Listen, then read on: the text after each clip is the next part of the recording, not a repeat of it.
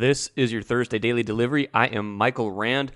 Lots to get to today, everybody. We got my good friend Keith Richotte coming up on the show, a debut of a new segment called My Least Favorite Team is My Favorite Team.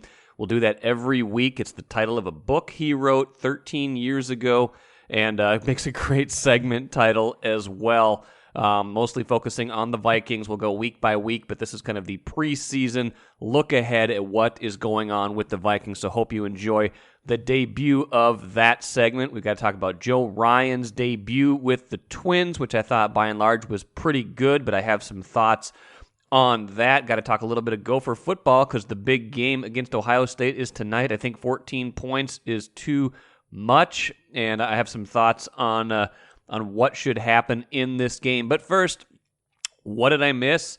Vikings have been making all sorts of news with kind of roster cutdowns and everything else that's going on this year, and I think we'll get to that. We're recording an Access Vikings podcast this afternoon as well, so a lot of the ins and outs of that team will be covered there. A couple things I thought were interesting. One, Mike Zimmer having pretty tepid confidence in Kellen Mond, basically asked about how he feels about Kellen Mond as the number 2 quarterback. He basically said, we'll see how it goes. It's a fluid situation. So, I talked on Wednesday's show about, he should be the number 2. It looks like it's pretty clear. Maybe it's not as clear. Maybe they want to bring in someone with more experience to break glass in case of emergency and, not have to turn things over to him this year if something should happen to Kirk Cousins. And part of it, too, could be the fact that, at least as recently as a few weeks ago when they both were knocked out in protocols, Kellen Mond got COVID, Kirk Cousins was a close contact. If those are your only 2 quarterbacks and they wind up in quarantine at the same time, you might like to have somebody else in the mix, and apparently that somebody else is not Jake Browning. But one thing I really wanted to focus on was there was an interesting stat the other day that I saw on Twitter, tweeted by at Ben B. Baldwin, Computer Cowboy. Love that handle. Basically, was kind of somebody on a different podcast. Said Kirk Cousins isn't one of those guys to go out and quote get you a bucket when your team really needs it. Obviously, this is football, not basketball. But I think the type of play he's talking about translates to both basketball and football, right? Like a guy who, in basketball, if you're making this analogy, like game's close, down the stretch, you need to score. Who can just flat out take the ball, and even if the defense knows exactly what you're going to do, even if there's no mystery about it, can still go and get you the basket you need. And I think that translates to quarterbacks pretty well, right? End of game, end of half situations where, you got a few minutes left on the clock, you're trying to drive for points. Maybe at the end of the game it's to win or lose. Maybe at the end of the half it's to try to build momentum, get some more points on the board, keep the ball away from your opponent, things like that. So those are important moments in a game. They can't be overlooked, and I think they do tell a lot about a quarterback, right? So at Ben Baldwin ran the numbers, found expected points added in the final 4 minutes of halves per play by quarterbacks in the last 2 seasons, 2019, 2020.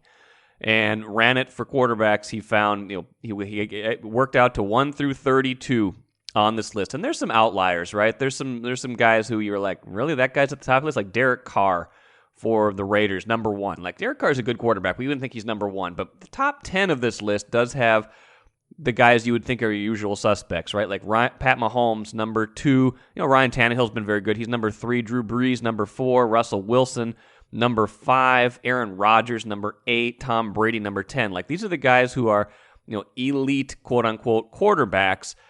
Kirk Cousins, who finds his way into some of these types of lists at the top half, if you're talking about, accuracy, completion percentage, even sometimes, Pro Football Focus ratings, down here at number 29 in expected points added out of 32. And expected points added basically means like you isolate just on the quarterback, like the throws he's making, the decisions he's making. Is he adding or subtracting points per play based on all of those things? And they're saying Kirk Cousins is not, at least not in the last couple of years, which makes sense. It kind of matches the eye test, right? You like when, the numbers kind of match the eye test. The eye test says that Cousins, when things are kind of in the clutch, not that he's not a clutch quarterback, but that if there's an obvious passing situation, Sometimes that's not his strong suit because, defenses are keyed around the pass. He breaks down a little bit. Now, that's just 2 seasons, so I was curious, is that really hold up, larger context? Well, later on in that thread, it went back to 10 years, and this got really interesting because it went 1 through 39, a minimum of 400 plays in the final 4 minutes of halves, and this was telling not just of Kirk Cousins, but of the decision the Vikings had to make, 3-4 years ago in free agency. So out of 39 quarterbacks on this list, expected points added in the last 10 years during the final 4 minutes of halves, so end of the first half, end of games. Here are some of the bottom 10. Case Keenum at number 30, Sam Bradford at number 34, Kirk Cousins at number 35, and Teddy Bridgewater at number 36 out of 39. And again, the top of this list, once you add a little bit more sample size to it, again, looks pretty, looks pretty much like a who's who of quarterbacks during that time. Patrick Mahomes, number 1, Russell Wilson, Ben Roethlisberger, Tom Brady, Aaron Rodgers, Drew Brees, Peyton Manning, Deshaun Watson, Tony Romo, Dak Prescott. Those are 10 pretty good quarterbacks, and sometimes you like to think of Kirk Cousins in that category, but when it comes to the ends of halves and the ends of games, he has struggled. Now, you'll notice I listed basically all 4 of the primary quarterbacks who have played during the Mike Zimmer era, and I don't think it's a Mike Zimmer problem necessarily, but it is interesting to see that all 4 of the guys that they basically were considering after the 2017 season, Cousins was the free agent they brought in, Keenum, Bridgewater, Bradford, they were all on the roster in 2017. All of those guys struggle in that situation. So is it coincidence? Is it the offensive line for the Vikings that also breaks down? Because, you can imagine in obvious passing situations, which sometimes those end of game, end of half situations are, the breakdown of an offensive line when it's an obvious passing situation becomes more magnified. If teams are knowing they're going to pass rush and nothing else, they can go after the quarterback with impunity. So I thought that was interesting. Is it an offensive line problem? Is it a Vikings problem? I think it's probably a little bit of both because with all those quarterbacks going back to 2011, you get multiple teams, right? Cousins has a bunch of snaps with Washington. Teddy Bridgewater with multiple teams. Same with Case Keenum and Sam Bradford. It's not just the Vikings, but I bet the offensive line does have a role in that. Long story short, I don't think they had a great decision to make at all if they were trying to find a quarterback who could add points when it matters most, when they were making that decision in 2018. Now, you can say none of them would have been as expensive as Cousins, and I think that's true. And maybe that's the ultimate indictment, that they got a guy who, in the early parts of halves, in the early parts of seasons even, Kirktober, is just fine and does well. But when it really matters the most, it does not work out for Kirk Cousins. Let's stick with football for a minute, too, because I was reading Randy Johnson's story, Star Tribune, StarTribune.com, kind of setting up tonight's big game between the Gophers and Ohio State. I liked his approach, kind of how the Gophers could win, how Ohio State could lose, even when the Gophers are 14-point underdogs in this game. Kind of went back and looked at specific situations, which I thought was a smart way of doing it. Different Gopher wins in the past where they've been underdogs, where they've had to overcome some stuff. And I think the biggest takeaway from that, and there's something that Randy and I talked about on the show on Wednesday, was that the Gophers can control the ball, and part of that is control the line of scrimmage, both on offense and defense. They definitely have a chance, and I think those are 2 strengths of this team: offensive line and defensive line, particularly offensive line. So I think going into this game where it looks like it might rain, especially later in the game, I will be disappointed if the Gophers don't keep this game close. That if we're in the second half, maybe even end of third quarter, early fourth quarter, this game should be within reach, and by that I mean within a score. I feel like it really should be. I feel like this is a Gophers team that has all the pieces in place, and this is an Ohio State team that's breaking in a new quarterback. That's, start of the year, weird things can happen. I think this game should be close, and I'll be disappointed if it isn't, even if this is a 14-point underdog for the Gophers. So looking forward to watching it anyway, and but watching it with a critical eye and watching it to see if the Gophers really are as good as I think they can be this season. I'm Nyla Jean Myers, Senior Assistant Sports Editor at the Star Tribune. Thank you for listening to Strip Sports Daily Delivery. This work is made possible by our Star Tribune subscribers. For unlimited access to the articles mentioned in this podcast and our coverage of Minnesota sports from pros to preps, go to startribune.com/subscribe. Special treat for daily delivery listeners. Going to become a weekly treat pretty soon. Keith Richotte Jr., longtime friend of mine. We go way back to junior high school, and Vikings fan for longer than that. Have you not been? As a matter of fact, I have been. And yes, we first met in Mrs. Peak's 7th grade English class many years ago. And I still actually remember the very first conversation we had. Really? What was it? You remember this? So refresh my memory. I probably will when you jog my memory. So I was sitting there, right? And I didn't know anybody. I was new to this junior high school, right? The people I went to grade school with went to a different junior high school. So I knew nobody in the 7th grade. And I'm sitting there in Mrs. Peak's 7th grade English class, first period of the day. And all of a sudden, there's this kid, right, in this class, just yammering on about moving the Wolves to the Eastern Conference. That is not what I was talking about. Just wouldn't shut up about moving the Wolves to the Eastern Conference. They weren't even a franchise yet. That's a low blow. That's a low blow. I'm just telling the truth, man. I'm just telling the truth. I thought this was a real story. And then I started arguing with you. I couldn't understand why this 7th grader was so concerned about moving the Wolves to the Eastern Conference. Because I could see what was coming. Because I could see what was coming. 30 years of futility, toiling away in the Western Conference. Just clamoring for that 7th seed in the Eastern Conference each and every year. Oh my gosh, that's hilarious. That's not what we talked about, I'm sure, because they weren't even a franchise yet, I don't think. Would have been a year or two before their existence. But every week, Keith, the professor, is going to come on, and we're going to talk about the Vikings, because we talk about the Vikings pretty much all the time anyway, whether it's on phone calls, group chat, whatnot. He authored a book 12, 13, 14 years ago at this point now, called My Least Favorite Team is My Favorite Team. And basically, you can go buy it. If you can't find it on Amazon, reach out to me on Twitter, and I'll make sure we can figure out a way to get you a copy. Basically goes team by team in Vikings promises history. You can't keep. Well, I'll do what I can. Okay, let's start there. I'll do what I can. You go. You said you probably have some somewhere anyway. So My Least Favorite Team is My Favorite Team. Basically about being a Vikings fan and all the teams that have broken their hearts over the years. Probably could use some updating after 14 years. I'm sure the New Orleans chapter could use a rewrite or 4.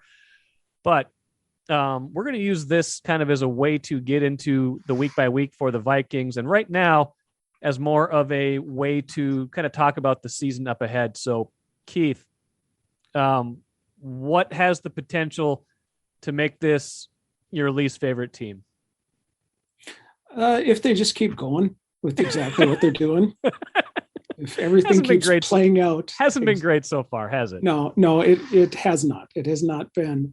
If everybody on the team gets COVID, and if Mike Zimmer continues to essentially hate half of his football team, one player in particular, I imagine that would continue the lifelong streak of them being utterly frustrating and awful. You were I was 2 months old the last time they went to the Super Bowl. You were 1 year old. Were you not born on the day of the Drew Pearson Hail Mary? I was born the day before. So my first full 24-hour day on this earth was the day that Drew Pearson pushed off. Yes. I mean, and yet you became a Vikings fan because it's just, when you grow up, we're both from North Dakota. When you grow up, that's kind of your team, right? I mean, you have family that roots for the Vikings, and it just kind of becomes part of this thing you do. What was your earliest either elation or misery, or probably both, Vikings moment? Well, you remember the run in 87. I know you remember the run in 87. And so that was the strike year, if I remember correctly. Yes, it was. When the Scrubs went 0-3 yes. and really submarined a pretty decent Vikings team. They finished 8-7, I think, that year. Yeah, so 8-4 without the replacement player. So pretty good. Right. They snuck into the playoffs. And I was unfortunately at that perfect age. I was 12 years old. And I remember thinking to myself before that playoff run, I said, if they just lose, if they lose like I expect them to, and the way they've been disappointing all year long, I'm just going to quit on this team. I will finally just be done, and I will not invest myself in this team whatsoever. And then they go out there and they absolutely smack around New Orleans. Yes. The first of many playoff battles with New Orleans that have turned out to be interesting over the course of this some franchise. Ups, some downs, you know. A little both. What have both. You? Yeah. But then they're playing the mighty San Francisco 49ers after that. Yeah. That's in the midst of their stretch where they're winning Super Bowls and Joe Montana is the greatest thing on planet Earth and blah, blah, blah. And then Anthony Carter goes insane. Yeah. Right. Catches everything. I think he even caught 3 passes from Montana as well, too. That's pretty rude of him, but yeah, I think you're right. And so they end up beating the 49ers, which I did not think was possible. I was ready to give up on them on that. And then they get to the NFC Championship game. And this is it, right? This is it. They have been on a roll. Washington's not that great, right? This is a beatable team. They could keep doing it. And then Darren Nelson drops that pass. Sure did. And I remember watching that game at my grandparents' house. And as soon as Darren Nelson dropped that pass, I fell off the couch. I buried my head between my arms. And all I did for the next 10 minutes was make myself not cry. That is all that I did, was make myself not cry. So I am not going to cry about this. And somehow I managed to escape crying and still watch that stupid team to this very day. The Minnesota Vikings, your fandom was cemented in a moment of pure agony where your 12-year-old self could only think about not crying. Right. Exactly. Let me ask you a question. So fast forward to today. Ask me a question. Because I've been thinking about this, right? I'm thinking about just how awful and stupid it is to be a fan of this team. And I have been trying to think of the highlights.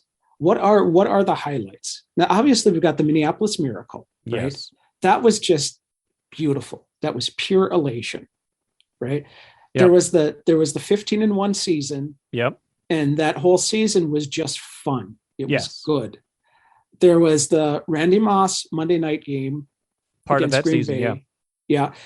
There was Brett Favre for that one glorious year. Beating the Packers twice, the Greg Lewis play. There's a lot of crazy games that year. Yeah. I'm trying to think what else. What are the good things that you hold on to as a Vikings fan? Yeah, when you put it that way, and you just mentioned, to be fair, you mentioned a few pretty big moments and seasons. I would say what else? I guess the individual kind of standouts that they've had over the years. Think about the Hall of Famers they've had on this team, or the future Hall of Famers. Just getting to watch Randy Moss in his prime, getting to watch Adrian Peterson in his prime, some of the defenses they had. I remember watch Adrian Peterson not catch passes. Yeah, every year he was going to catch passes, but he never did. And you and I had this is in college. I think we had our obstructed view season tickets, $99 at the Metrodome for season tickets to 10 games, including the preseason. Section 235, seats 8 and 11. That's right. Right by one of the big. There's a giant pillar. There's a giant pillar right there. So we had to sit basically 2 seats apart. So that you could see 80 to 90% of the field. That was a great bargain, by the way. I miss those seats so much. I really do. Those were some great season tickets. Way up in the corner, but didn't matter. You were in the building, and those were some pretty good teams, right? Wasn't it 98, 99, 2000 right in there? Yep. So the Culpepper, the first the good Culpepper year where they went to the NFC title game. Although I do have to admit, even as you were asking me that question, I was thinking back as you were talking about the 87 NFC title game, the last 5 NFC title games they've lost were that one, which is heartbreaking in its own way. Yep. And then of course 98, which is heartbreaking in a million ways. I was in the building. 2000, which is 41 donut. Yep. can't just be like a routine 24-13, hey, it just didn't go their way kind of game. And then, the Brett Favre interception, overtime, and then 38-7 to the Eagles with the chance to play the Super Bowl in your home stadium. So aside from that, it's been great. Well, yeah. And so that's kind of the point of the question in many ways. Is what is the good to hang on to? There are a handful of decent moments. There's a handful of decent moments, one really exceptional season, and then that's it. That's it. I think at this point, people are hanging on because if and when, well, two reasons. One, you can't, if you're a real fan, you don't just quit on a team, right? You're kind of with them, and you can move away. You're in North Carolina now. You're distanced from them, but you still watch them every week. Like, this is your team. You've adopted other, hockey team, things like that, but this is still your football team. You're not a Carolina Panthers fan. So if you're a fan, you can't just say, well, too much pain. I mean, you can, but it's hard to just give up on it, because but can't you? Can't you? But what if they ever won us? Like, what if in your lifetime they won a Super Bowl, but you had given up on it and it didn't feel like you had the ability to properly celebrate that catharsis? Well, let me ask you the question in a different way. Which is, were they to win a Super Bowl, would it make up for now 40 plus years of 41 Donut, of Denny taking a knee, of Darren Nelson dropping that pass? Yeah. What would a Super Bowl win do? Would it be enough when you think about all of the rest of it that somebody is involved, that somebody of our age has invested in? I bet this particular team. I bet it would, just because, when you watch the experience of like a Red Sox fan or a Cubs fan, when they finally win the World Series, and it's just this kind of this release, like it finally happened. Like the ecstasy of that moment is added on to by all the pain from before. I don't think the pain gets canceled out. I think it adds to the ecstasy. I can remember when you and I were in Chicago like a decade ago, walking to Wrigley Field, I think, and we were talking about like bargaining even. We're like, would you give, like, if I told you the Vikings were going to win the Super Bowl next year, but you couldn't watch them for the next 20 years after that, would you do it? And you're like, oh yeah, absolutely. Like, it's just like one Super Bowl, like you would pretty much trade anything in your fandom for one Super Bowl. Yeah, but think about how that question is posed too, right? But if I finally got that Super Bowl, maybe I could finally quit watching football. That's true. I think the other question was, what if they won the Super Bowl, but you weren't allowed to, you didn't know, you didn't get to watch any of the games. You only found out afterwards. That is a tough one. Would you still go for it? So would I be prevented from ever watching? No, you would have. Yeah, you could probably go back and watch the games, but you wouldn't have been able to see them in the moment. Boy. You're like on the moon for a year or it's something, or watching Little League baseball. Watching Little League baseball. I actually brought my son to Little League baseball yesterday. Youth sports is just hilarious. Yes. Like the one kid hit the ball and then went to field the ball himself. Right. So he tried to field the ball on his own hit. It's just, I love youth sports. They're just the best. That is the best. It's like when a lineman catches a pass. That actually happened in the Vikings game. You probably didn't watch the preseason game the other day, but there was a ball batted down, Kellen Mond pass, and one of the linemen caught it. I love when that happens. It's kind of the same idea. It's almost like they fielded their own failure.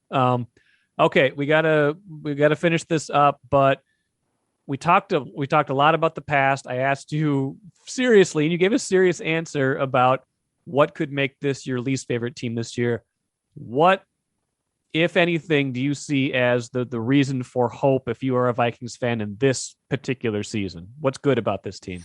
Well, you and I chatted about this a couple of weeks ago, and I think the thing that I said at that time that still somewhat holds true was this is a team that has enough talent, right? Has enough talent to have a certain level of success.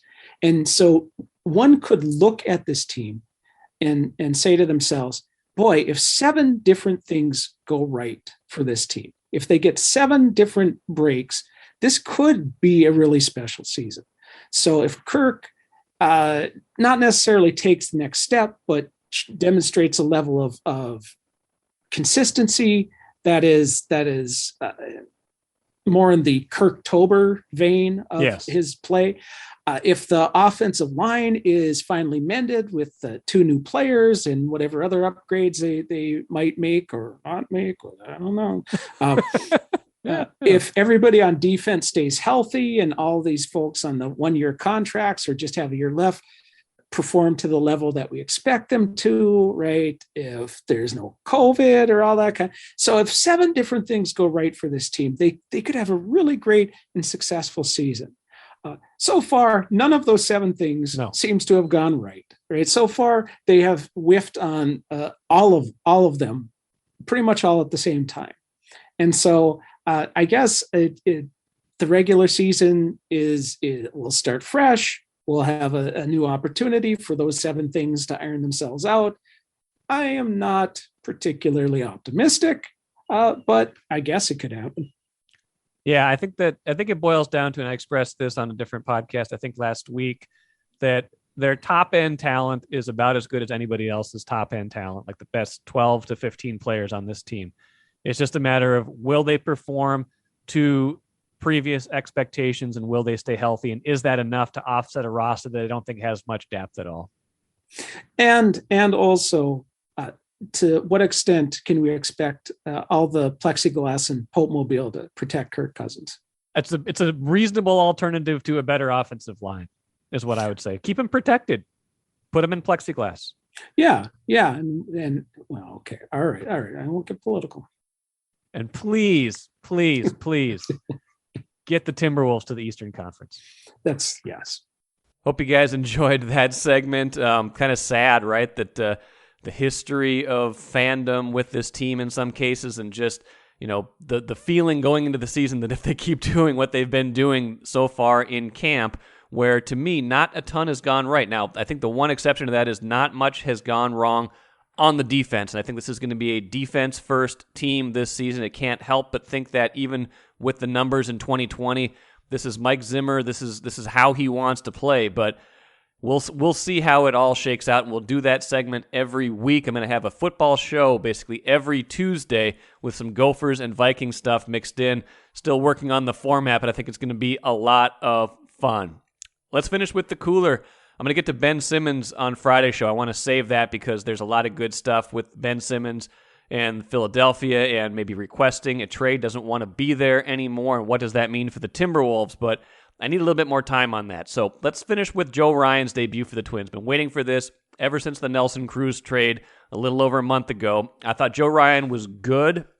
5 innings, 3 runs, really the only damage, but significant damage being a 3-run home run in the 3rd.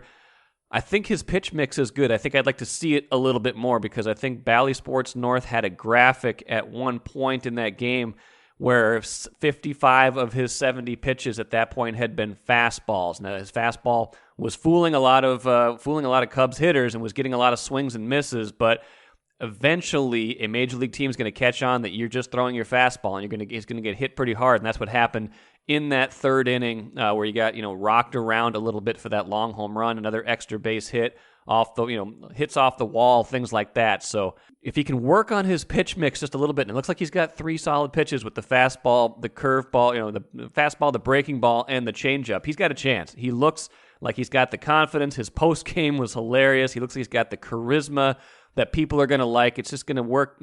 At this level, you're going to have to work in that pitch mix a little bit more. And I'm guessing that he will as the adrenaline settles down a little bit and he figures out how to pitch, not just how to throw in the big leagues. That'll do it for today. Should have a lot of Gophers talk in the morning on Friday coming off of tonight's big game. And like I mentioned, some Ben Simmons talk as well. Also going to post a couple bonus podcasts over the weekend from appearances at the State Fair with Lindsey Whalen, along with Gophers women's basketball writer Kent Youngblood, and Chris Finch, Timberwolves head coach, with Chris Hine and myself as well out at the fair. So listen for that over the weekend as well. Thanks for listening today, and we'll catch you again on Friday.